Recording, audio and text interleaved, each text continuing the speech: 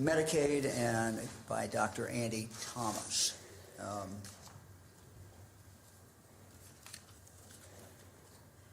A 53-year-old male from Stark County has tested positive. This is the first case of community spread, which I'm going to ask Dr. Acton to explain. But this moves us, as we knew we would be moving, but this means that as of today we've moved into a new phase of this crisis. And I'm going to have Dr. Acton explain exactly what it means and what the significance is. Amy? Hello, everyone. Good afternoon. So we have indeed our fourth case. He is a male in his mid-50s, and his illness onset was February 25th of 2020. This is a positive case from Stark County with no history of travel outside the U.S. and no known contact with someone else with the disease, COVID. Therefore, that is the definition of community spread. As I've been saying to you all along, we are going to continue to see more cases. We have 24 PUIs, persons under investigation pending, and we have 21 negatives. So we expect to see these cases grow, and we also expect to see more proof of community spread. We've thought that it is here all along from what we're seeing around the United States. From the delays in testing, all indications are that we do have community spread, but this is our first case that meets that definition. Presently, the patient is hospitalized under appropriate care at Mercy Medical Center. The local health department, Stark County, alongside Canton City Health Department, are both investigating a large number of contacts. In Cuyahoga, I'm going to give you a quick update on that as well, and then I'll talk to you about community spread. But in Cuyahoga, we still have 3 people in isolation. They were all at home, 2 males and 1 female. They are being monitored. There's an extensive contact investigation underway, over 100 people, and you'll be learning more about that in the days to come. We also know that we have 6 healthcare workers at university hospitals, and then we have at Mercy some suspected hospital workers. So these are all the things we've been talking about all along.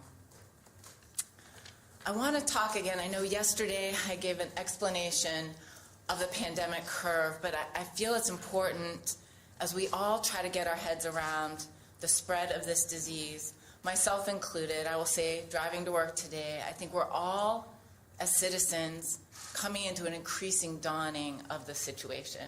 It's hard to get our hands around that. We know we're going to have a couple tough months ahead. We know this disease is spreading in the United States, but we will get to the other side of that. I think it's really important to say that. When I talk about what we can expect, we've got some hard months with social disruptions and things that we'll be doing increasingly to prevent the spread of this disease. But we know when we take these actions, they make a difference. So I'd like to show you why. So again, I'll step away from the microphone. So this is a classic pandemic curve, as we talked about. And we plan for these pandemics, but this is that once in 50 years situation. I know the World Health Organization today just declared the words pandemic. And we prepare for this. This is what our hospitals and our businesses and our schools and certainly our health departments are working on. And it's very important. The strategies we've been taking all along are to decrease the amount of people affected and delay the onset and kind of slow the spread. And why this is important is this is China, which, as we know, overwhelmed the healthcare system. We now know in Italy, as I said before, there were 9 cases 2 weeks ago, and now in Italy, as we learned last night, there aren't enough ventilators to go around for patients. So everything we're doing in the United States, and certainly here in Ohio, is to try try to not overwhelm our healthcare system. As amazing as our healthcare system is, there are techniques we have to take. So there is a level, if I were to draw a line, there's a threshold here. This is where our healthcare system becomes overwhelmed. Where someone asked yesterday, our supply of ventilators, our supply of ECMO. Of course, we have to worry about our healthcare workers. Now we're hearing that healthcare workers are out. That puts a stress on the healthcare system. So everything the governor is doing, and you'll see other states taking these actions as well day by day, is to keep us in this blue curve. And if we can stay below this threshold, we can try to not overwhelm our healthcare system. And so these strategies, again, there are phases to a pandemic, and everything from the border actions that were taken, unprecedented, not taken in 50 years, to the kind of guidance we've been giving you every day, to some of the new guidance we're going to issue today, some of the steps that citizens in Ohio will see in the days to come. We're really going through these stages, so they're predictably unpredictable. We didn't know that Stark County, Canton, Cuyahoga would be where the first cases would be, but we can expect to see this all over Ohio, and that's the work we're doing now, following our plan, executing our plan. So community spread is a big stage, it's a game changer. Community spread is the CDC last night issued new guidelines, and we're using those guidelines, and you're going to see us take more aggressive actions now to stay below that line I showed you. And again, all the states are in the same boat. They're kind of facing it. They're making these moves, so it's almost like a little bit of inching forward as you're seeing across the United States, but everything is moving in that direction. And so please know, as we make the moves we make, we're doing it to protect Ohioans and also make sure our healthcare system can handle what it needs to do to keep us healthy. And I'll talk more facts. Thanks, Amy. So this was not unexpected. We felt that this was coming, but it has now come. And so we're at a different stage, a different chapter of working our way through this. I want to cover a number of different areas. Let me start with our K through 12 schools. The Lieutenant Governor was on a call yesterday with the superintendent, and he raised a question. So I thought that we're certainly not announcing anything new on K through 12. We may at some point have to close the schools. We've said that, but we're certainly not there at this point. But I want to assure people who are in education, the principals and the superintendents, school boards, parents, that some of the requirements, if we come to that and the schools have to be closed, we will certainly work with the schools to waive requirements. We will work with the state legislature to do that. For example, the testing requirement. This particular superintendent was concerned about how do we do the testing requirement? Look, the legislature and the governor will certainly be involved in waiving some of those requirements if we reach that point. So, not announcing anything today. We just want all our educators to know, look, we're going to work with you if we come to that point and have to do that. We're all in this together, and some of the requirements that are out there will simply have to be put aside, until the next year. So, I want to talk about that. As we have seen, our nursing homes and the people who reside in nursing homes are particularly vulnerable. We've seen this in Washington State, with the tragedies that you're seeing occur in nursing homes there. These are individuals who, most of them are they're elderly, most of them, not all, but most of them are elderly. They also, many of them are certainly medically fragile. So the essential function of government is to do everything that we can to protect the people. We have an obligation to the people who are in these nursing homes. We have an obligation to their families. They are particularly vulnerable. And so we will be I'll make an announcement in a moment, but I want to again ask Dr. Acton to just kind of address that nursing home population. Thank you, sir. Again, we now know some of the statistics, as I said yesterday, that, the fatality rate with this disease increases with age.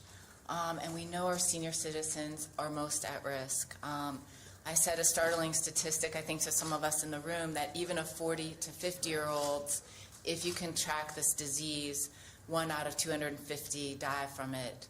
When it gets to seniors contracting this up in the 80s, that number can be 15% of that population. One of the tricky things about community spread, once we suspect it's amongst us, but by definition, once we see 2 cases of community spread, you can assume that 1% of the population is infected. And that leads to a whole host of other measures.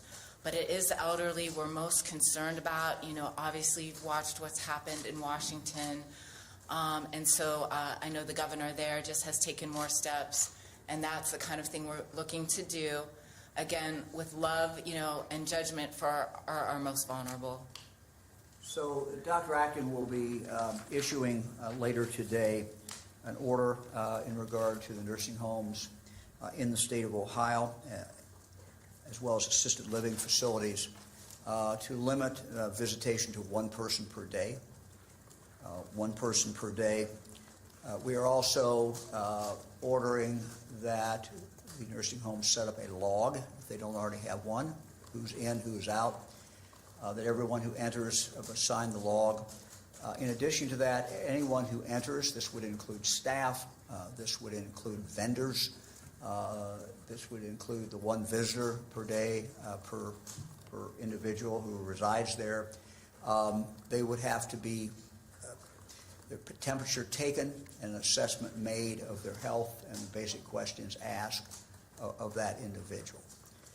So this is the next step that we felt we needed to take to protect this vulnerable population.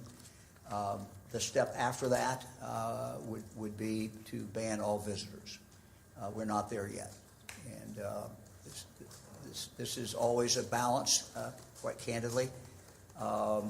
People who are in this situation enjoy visitors, a loved one, spouse, a child, and that socialization is important. So we're trying to balance this, but we also know this is a particularly vulnerable population, and we have to take rather dramatic steps to do all we can to protect them. Let me move on.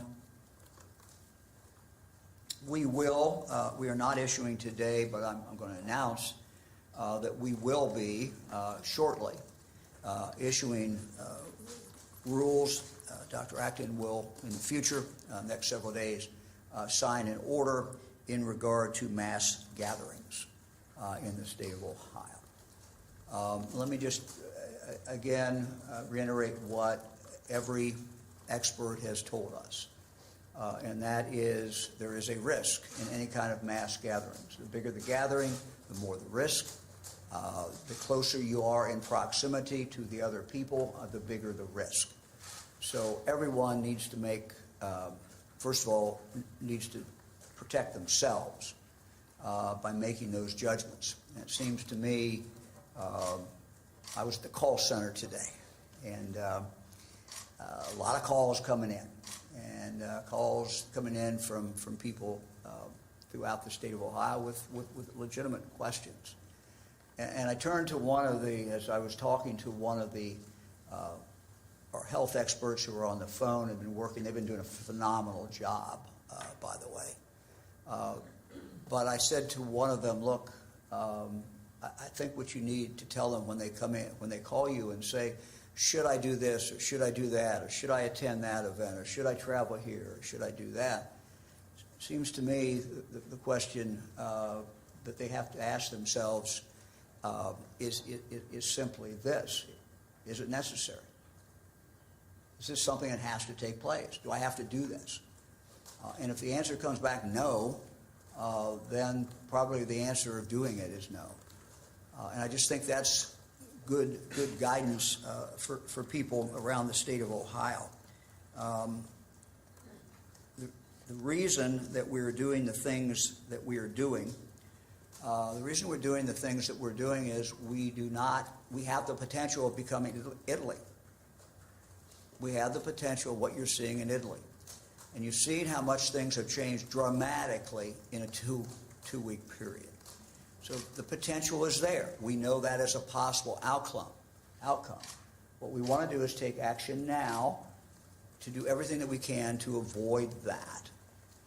And that is why we are ordering the different things we are ordering. We know the situation is going to get worse before it gets better. We know it's going to be bad. The question is, how bad is it going to be? And we have within ourselves, each one of us, in the decisions we make every single day, we have the ability to determine that outcome. And that outcome has not been determined yet. It is within our hands to determine what that outcome is going to be. Returning to the order that is not drafted yet, but we will be issuing, I just wanted to give everyone a heads up that we will be issuing an order on mass gatherings. One of the things that we have found in discussions, and this is very understandable, is that different organizations, quite candidly, need an order from the government.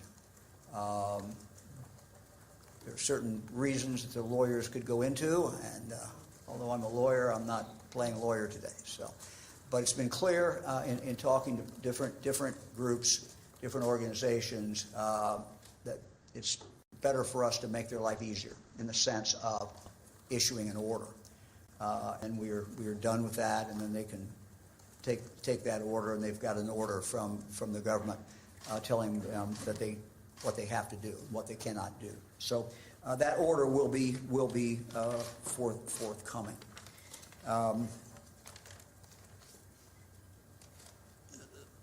Let me just, before we open it up, say what is occurring and what we are seeing occur is predictable. It's been predictable in the sense of the experts that we have been consulting, and we continue to consult these experts. We have the ability to control risk. Everything about life involves a risk. What we should not be doing is to take unnecessary risk. When we can avoid taking risk, we should do that. Each one of us is having to change how we live. And as Dr. Acton has said, we will get through this. We will get through this. Ohioans are resilient people. We're tough people. We will get through this. And the sun will come up in the morning, but it's going to get darker before that sun starts coming back up again. And the goal is to minimize deaths and flatten that curve that Dr. Acton was talking about. Each one of us has to change what we're doing. And for me and for John Husted, shaking hands and going to meetings and seeing people and running all over the state is what we do. But we are stopping it. We have to change what we are doing. We have to lead by example. So we pretty much cleared our schedules. We are focused for two reasons. One, we want to set a good example. One, we don't want to have the exposure. Also, we have to be here to make these decisions. And I have to be in our command area and be involved in the making of these decisions. But again, none of this is fun. But each one of us, I think, has to take responsibility. We are doing more in our office in regard to teleconferencing meetings that might have been done in person. We're trying, particularly when we're bringing people from outside the area in, or they're large meetings, we're trying to do those by phone. We're trying to do those by teleconference. And we have instructed every one member of the cabinet to do the same thing. We've also instructed members of the cabinet to work with their people who work under them in regard to who is it essential that they actually physically be here, and who can work from home. We have a meeting scheduled with the cabinet tomorrow, and we will get into more details with each member of the cabinet at that point. So happy to open it up for questions. And Governor, can you give us a little more context on this mass gathering? Look, let me just say, yeah, sure. What we said yesterday, at a minimum, the order will include what we said yesterday about mass gatherings. That will become an order. So, the teams that are looking at this, and I want to say that I want to congratulate the Mid-American Conference. They came right up. I want to congratulate the Ohio Athletic Association. Didn't hesitate. Did it right away. Thank you. Look, and that's tough. And I think the toughest thing yesterday was, the idea that high school athletes, who have trained, will not be able to play, compete in front of their fans, in front of their schoolmates. We did try to modify it and make it so that the immediate families could come, the event can go on, the competition will go on, but it's tough. But I just congratulate, the Ohio Athletic Association, the Mid-American Conference. I know there's others who have made decisions based on what we said yesterday, and I thank them very, very much for that. For the rest of them, there will simply be an order, and that will be taken care of in the next 24 or 36 hours, something like that. Cover outdoor events, Governor. Will that cover outdoor? Well, with the news, that is still a work in progress, candidly. We have a change today, and the change is, as you've heard Dr. Acton describe it, the community spread takes us into a different area. And so we'll have more of that tomorrow. Governor, you mentioned prison. Does this mean that, just to be really clear, does this mean that the NCAA games in Dayton and Cleveland will not be held with spectators? We'll have an order, yes. Governor, this morning you mentioned prisons. Is this already in an order, the restrictions that are taking place there? I'm sorry, I didn't hear the first part. This morning you talked about prisons and restrictions that are taking place there. Does that exist in an order? That's an executive order, but I simply, the director and I talked about it, and she did it. So we don't have to do that because that's under the executive branch of government. When we get outside the executive branch of government, we get into the private sector or we get into other associations, then obviously we have to invoke the law to do that. But that can occur directly with the director and myself, that discussion. And she has certainly led on that, and the same thing with DYS. Governor, does the state have enough testing kits, and are the testing kits, do they have everything that they need in order to be? Yeah, I'm going to let Dr. Acton take the tough questions. Thanks, sir. So I did go over the testing guidelines a few times. Our labs are up and running. They're doing a couple batches a day at this point.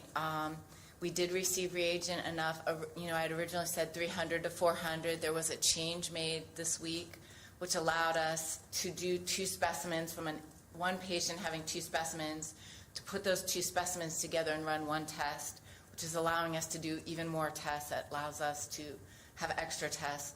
But there is a limit. We are in the queue for more reagent. But testing has been a limiting factor in how quickly we can describe what is going on, but from our clinical judgment and from the judgment of our epidemiologists and what we see happening around the world, we can infer quite a bit as well.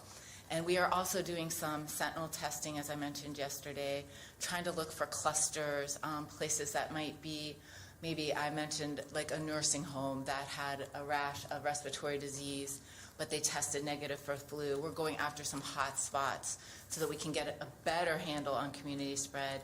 But I do want Ohioans to really come to terms with the fact that we do have this virus amongst us here in Ohio.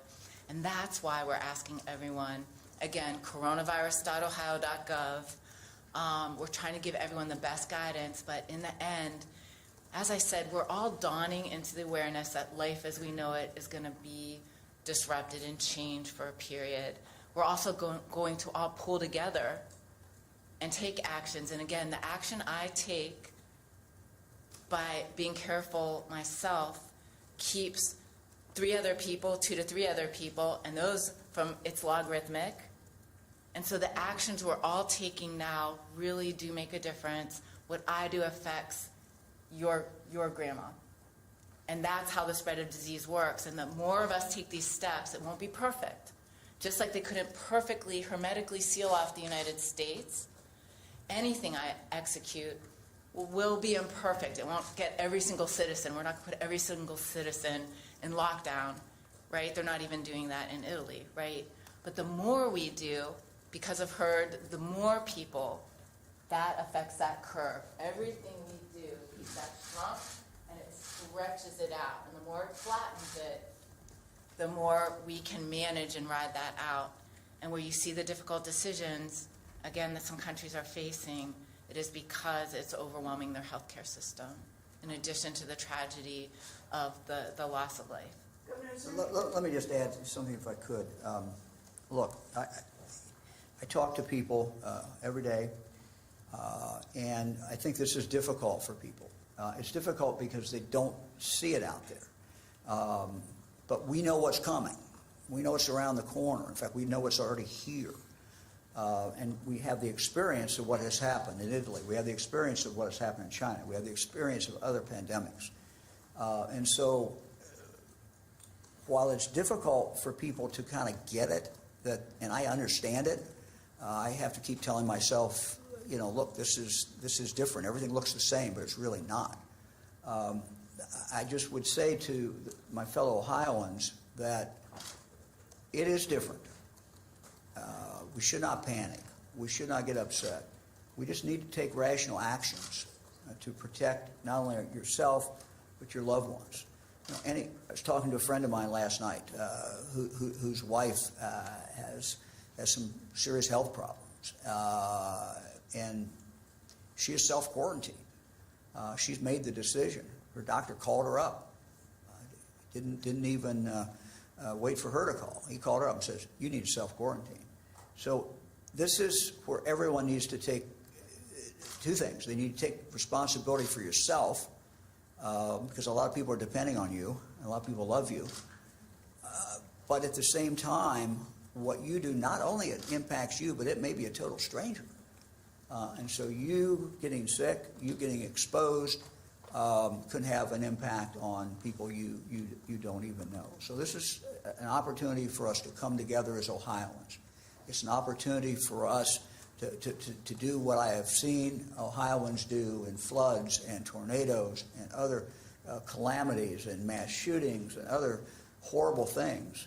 And every time I see that happen in Ohio and I'm there, I see Ohioans who are coming together. And so this is the time to come together. Maybe not physically come together, but come together emotionally.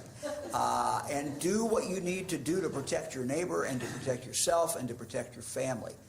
It is a time for us to look forward and accept what the reality is and accept what the experts are telling us, even though we're not seeing it.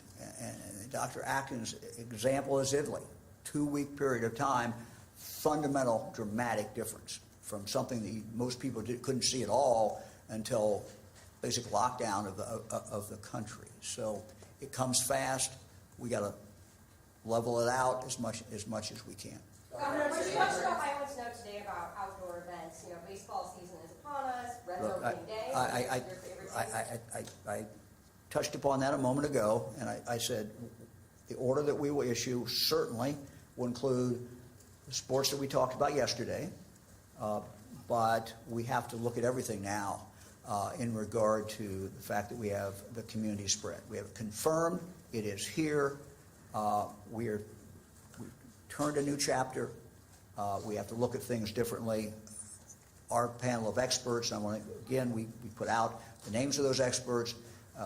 We are consulting them. We're consulting other people. to make decisions every single day. We got, you have to bear with me, one day at a time. These are the decisions that we can make today.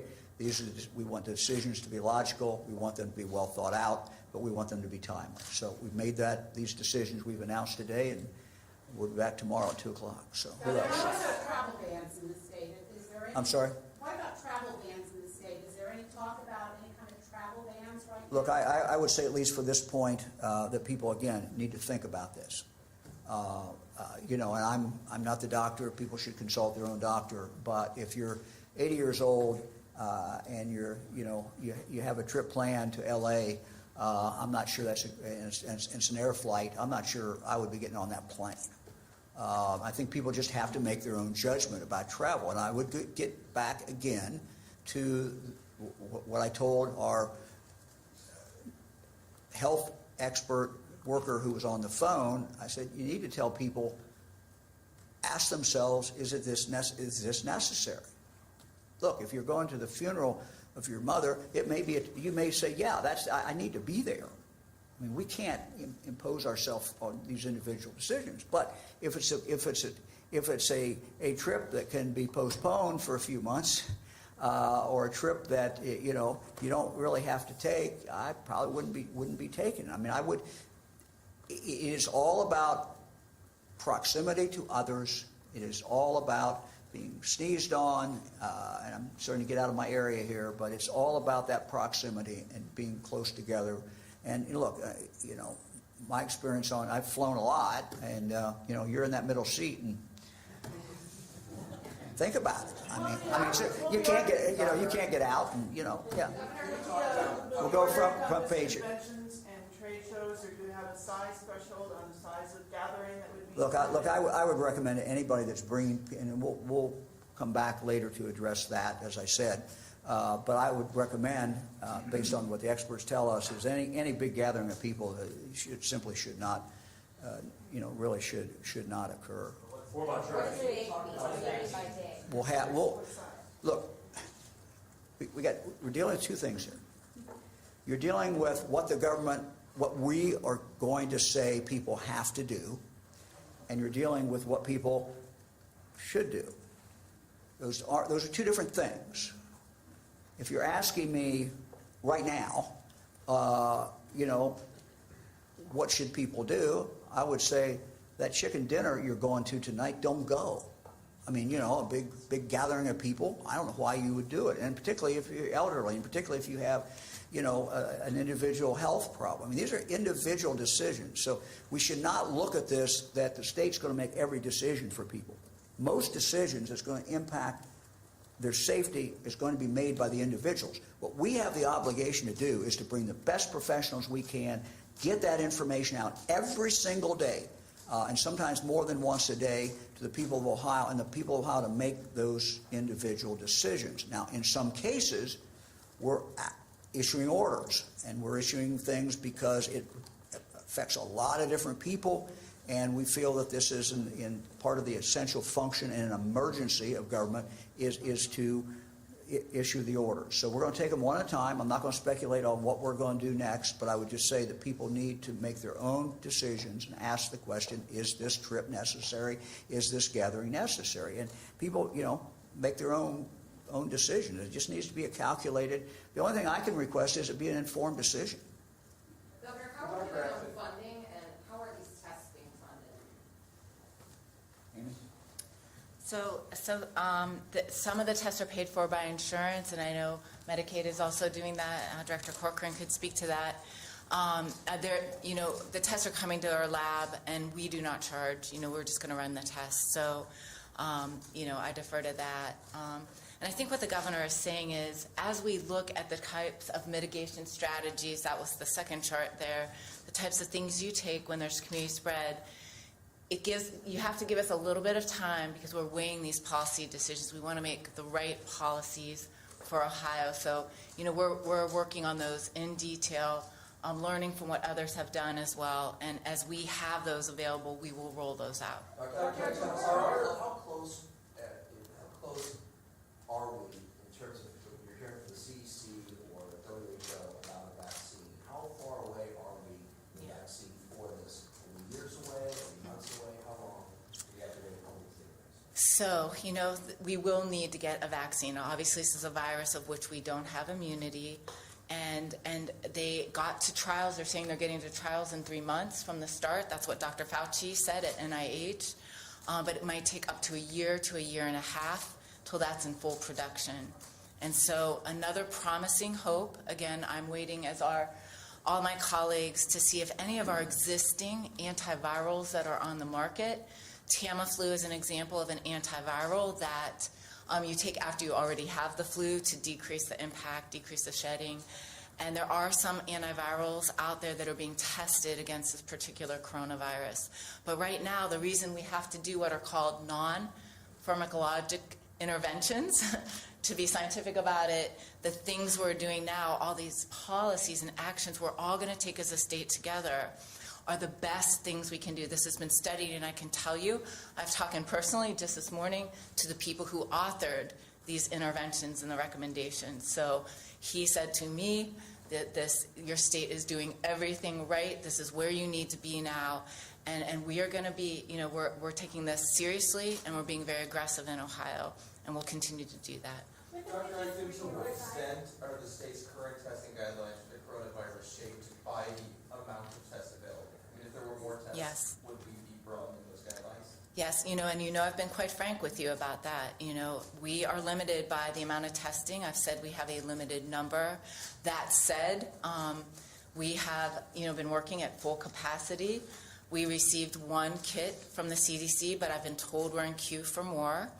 I am hearing that there are issues about reagents out there, so I'm listening and learning as much as you are. So on the public side, 1 kit, which is a bunch of 3 liquids that you use to calibrate the machines, is enough for 1,000 runs. Each time you do a run, you lose a control. So that ended up being 850. Before we were having 2 to 3 specimens per patient. Now we're getting to 1. So I would estimate that we're above that 300 to 400 runs to people that we will test, but I can't tell you exactly how many we'll get out of those reagents. There are, accordingly, private labs, Quest and LabCorp, that have said they're in production. I realize that they have limited capacity, and I think we are maximizing, and we have a 3-pronged strategy, which I described in an earlier thing. We're prioritizing folks who are most at risk: elderly, immunocompromised, people with pre-existing health conditions, hospitals. And I'd really like to give Dr. Thomas a second to explain to you from the hospitals, because what we're finding is that most people will end up being tested at the hospital. Also, our hospitals it's an amazing thing in Ohio. I'm so grateful. All the hospital systems are working together collaboratively. They're working on things like drive-up testing. They're going to be working on a lot of innovative ways to have parts of their hospitals just for patients separated. You're going to hear a lot of things, and I think maybe I could ask Dr. Thomas to share a little bit about what Ohio State is doing in other hospitals. Good afternoon. My name is Andy Thomas. I'm Chief Clinical Officer at the OSU Wexner Medical Center. Just a couple of comments about what the governor and Dr. Acton have been saying. The medical advisory group that the governor's office pulled together represents the physicians and hospitals from across the state, have been discussing a lot of these issues routinely, providing feedback to the governor multiple times over the past week and a half. And one of the reasons why we are so interested in and actually supportive of a lot of the things the state of Ohio is doing is exactly what Dr. Acton described on the chart. If we don't do things in Ohio to both decrease the pace of this infection as well as the intensity of the infection in the community, some of our communities will end up being overwhelmed by this. Not every hospital in Ohio has the capacity with the types of rooms that you need, the equipment that you need to manage these patients. So many of our larger hospitals will be relied upon regionally to take these patients. And the capacity to take those, most of our hospitals, though, especially our larger hospitals, run at high capacity to begin with.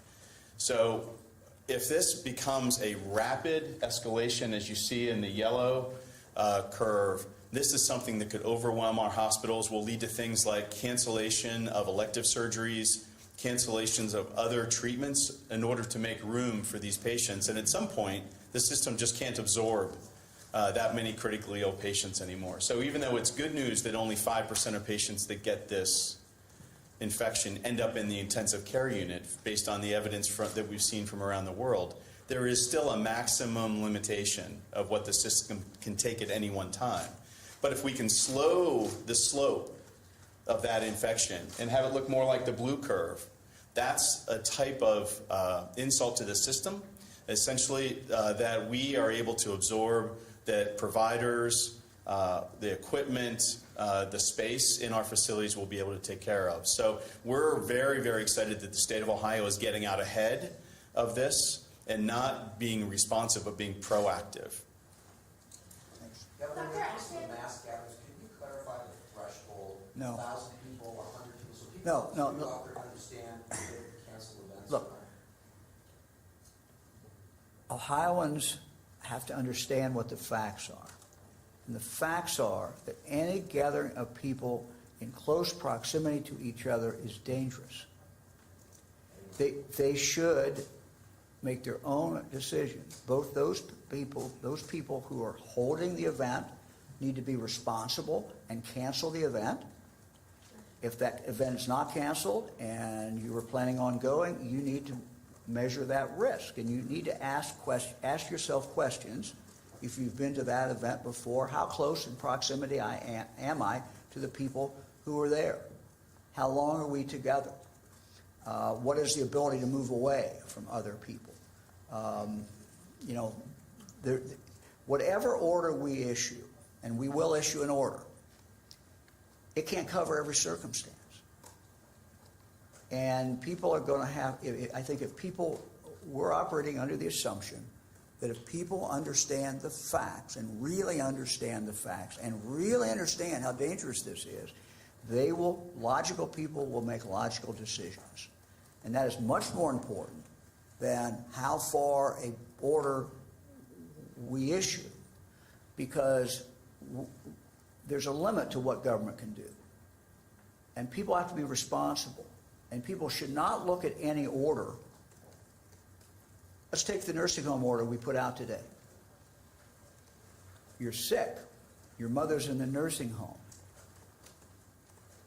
Could you maybe get through and pass it and didn't have a fever and walk in there and get by? Yeah, maybe, but should you do it? Not if you love your mother. I mean, people are going to have to take responsibility, and look, I understand how hard this is because we see no changes out there in people. But the world has changed for Ohioans, and people need to take that responsibility. So, yeah, we will have an order within the next several days in regard to mass meetings.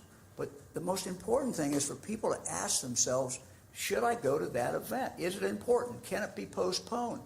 We're not asking people to change their lives for the rest of their lives. What we're asking them to do is change for a period of time. We do not know how long that period of time is. It is 2 months, we don't know. But it's not forever.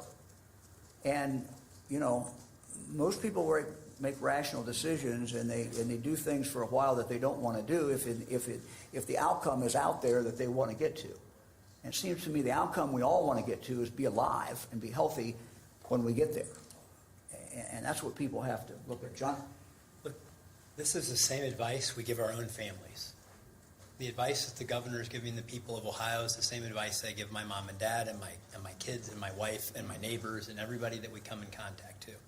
And we're just trying to make sure that they have the same information that we have when we come to these conclusions. Is there discussion of any economic assistance or loans for those businesses that are depending on these events, the small businesses that depend on the multiplier effect, or the hourly workers who don't have paid sick leave?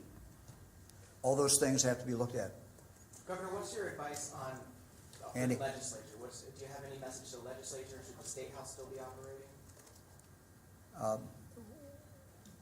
As we go through this, I think it is likely that we will need additional legislation in maybe specific areas, and we're looking at that. And if we will keep the leaders of the legislature informed, and we will move forward with them.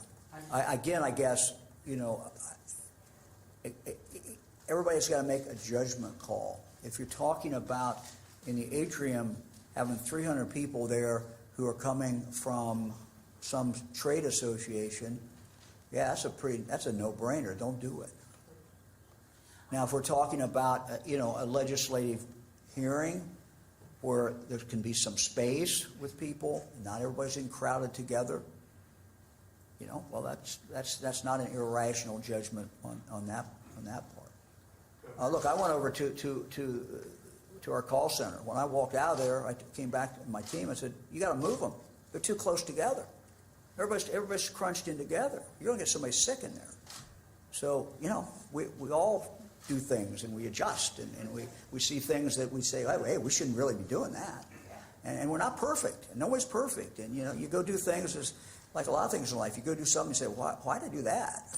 So we want people to think about before they go do that. And like I said, we're all subject to that.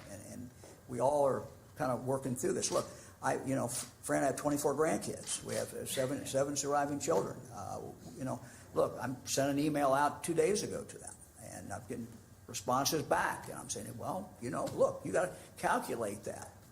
You're getting on a flight and you're 25. That's different than if you're getting on a flight and you're 85, it seems to me.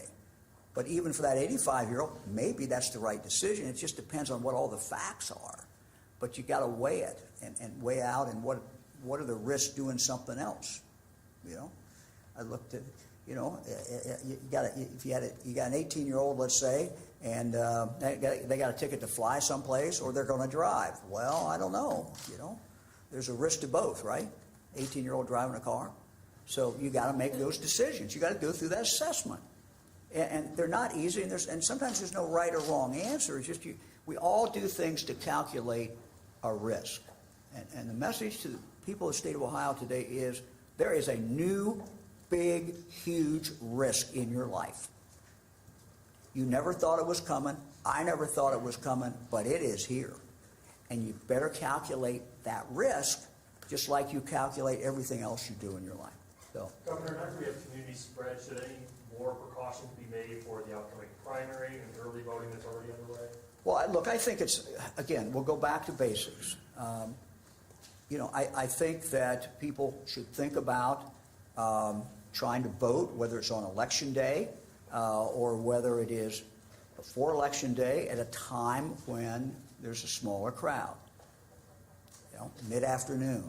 I don't want everybody to rush to mid-afternoon, but I can tell you as someone who has worked the polls for 13 hours that about 2:30 there is nobody there usually. So then it kicks up about 4 o'clock. You get kind of bored if you're standing there shaking hands. But so just people just adjust and try to figure out how I can avoid a mass group of people who are being pushed together. But look, this election's going to go on. People should vote. Secretary of State has been taking actions that are appropriate. We move forward. And look, Time to vote by mail. For Dr. Acton, still have time to vote by mail, as the ex-Secretary of State just said. Dr. Acton, given the number that you said, that it's assumed that there's 1% of the population that has this, are really enough people being tested? I mean, right now it seems like it's about 50, give or take. That seems like a really comparatively low number if 1% of the highest population. We're testing the highest risk because we're testing based on the resources we have. But I can tell you there will be a time in this. The earlier chart I had with the stages, up to 40% of the population could eventually get this. Remember, most people will get it. It will be a really rough flu-like experience. There'll be some people who get it mild, like a cold. And it's our most at-risk people that we really have to catch on soon. There'll actually be a time where, we won't even be doing all the contact tracing we're doing because it's so spread amongst us. That labor, it will become impossible to trace every person and the 100 people they talk to and the 100 people. Eventually, sometimes we stop testing. And eventually, on the other side of all this, it might be part of a routine respiratory panel. So there is a progression of testing. We're using testing now to detect community spread. We can pretty much assume community spread at this point. We're still trying to detect our most at-risk places because in some communities, they might take actions more more specific to that situation in that community, then Cleveland might do something a little different than Cincy, and those local health departments are on the front lines, and they'll be leading that with their mayors and public officials and their hospitals. But there are certain things that we can do as a state that help those folks at the local level, and those are the actions that we're taking. When do you expect hospitals to roll out these drive-through testing centers? I What was the believe, question? When do you expect hospitals to roll out like drive-through testing centers? How far away are we from that? I think you do. I can comment on that. In discussing with leaders of other hospitals across the state, multiple hospitals are actually doing testing. Certainly for patients that are inpatients in the ICU or in the regular hospital, routine hospital, we are testing those patients and sending those to Dr. Acton's lab, the High Department of Health. We get the quicker turnaround time, and those are very clear-cut cases that need hospitalization. For patients that are at home, as you've heard, 80% of patients with this do not need to be in the hospital. So many hospitals across the state are setting up screening tools, typically either by phone or virtual health. We're trying to keep these patients out of our buildings so that they aren't infecting our staff, aren't infecting other patients that are there. We don't want each one of these patients, when they're ill, to go to the emergency department. That's not the right answer. So call your provider, whether it's a doctor, a nurse practitioner, or physician assistant. Call them and talk to them about what to do. Many hospitals have set up call centers that are actually supporting those providers, because obviously getting tens of thousands of healthcare providers to understand this at the level of detail that you need to is very difficult, especially when you're calling people in certain specialties that this is a little bit outside of what they normally do. So many hospitals are setting up call centers to support the providers that work at that hospital or in that community so that we can assess patients by phone and determine the best next step. That next step might be go to the emergency room. That next step might be, I think this might be a cold. You probably don't even need tested. And then there's a group in the middle that are either high risk, that if say the elderly, as you heard, immune compromised, people with lung disease, if they were to have it, it's important for them to know. So high risk patients would be a criteria for testing. And then those with kind of moderate illness, cough, shortness of breath, things that are beyond what you would call a cold type symptom.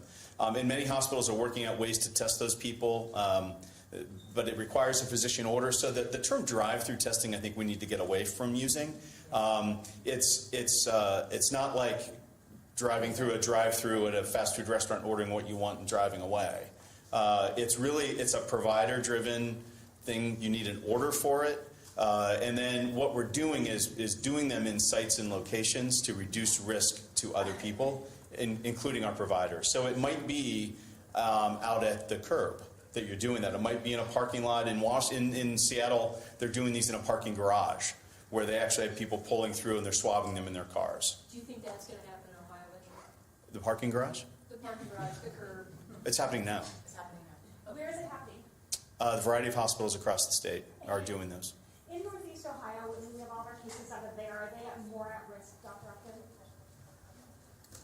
Laura, in what way would they be more at risk? Because there's community spread in Northeast Ohio. There Yeah. are undocumented community spread in the other parts of the state. Yeah, I would assume that all parts of the state, there's potential community spread going on now, just from what we're seeing and the amount of travel we've seen.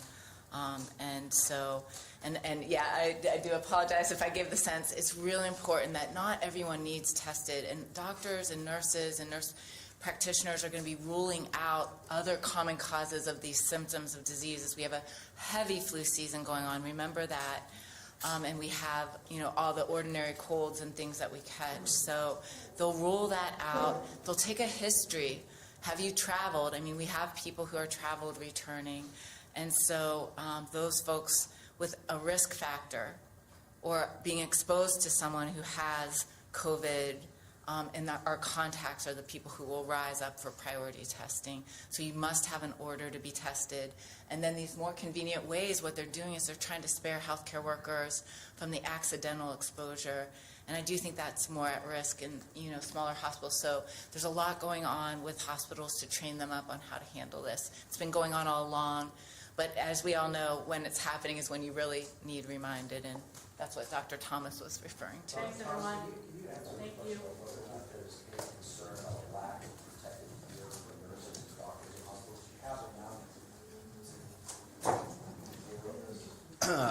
I'd be happy to take that question. Every hospital, I would say, in the state of Ohio, if not in the United States, is taking the appropriate steps, I would hope, to manage their inventory of what's called personal protective equipment, or PPE. So we get a daily report of our number of both routine surgical masks that we have in stock, the N95 respirator masks, as well as gowns, gloves, and other personal protective equipment. It's one of the key parts of all of this work. So we've taken steps both to limit the, what I wouldn't call inappropriate use, but excessive use of that by staff. So if you can do 3 things in the room at one time with a patient, do all 3 together instead of making 3 trips into the room where you need to put on and take off protective equipment. Thank you very much. Let me add one thing, 'cause I may have misled someone. I'm playing back 45 minutes ago. I was asked the specific question about the NCAA and the play-in.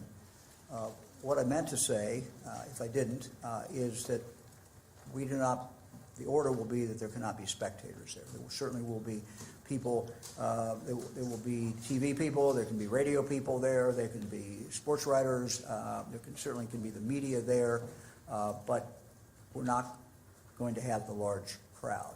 So I don't know if I specified that or not. Thank you.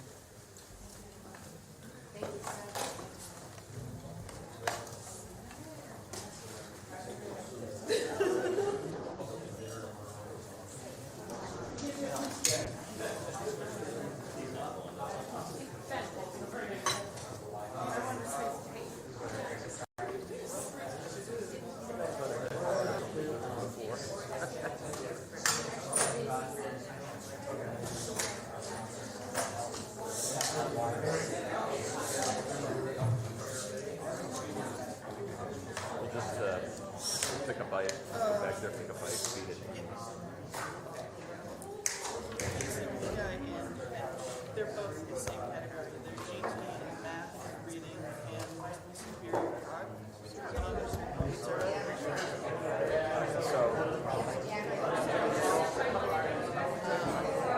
So he got selected.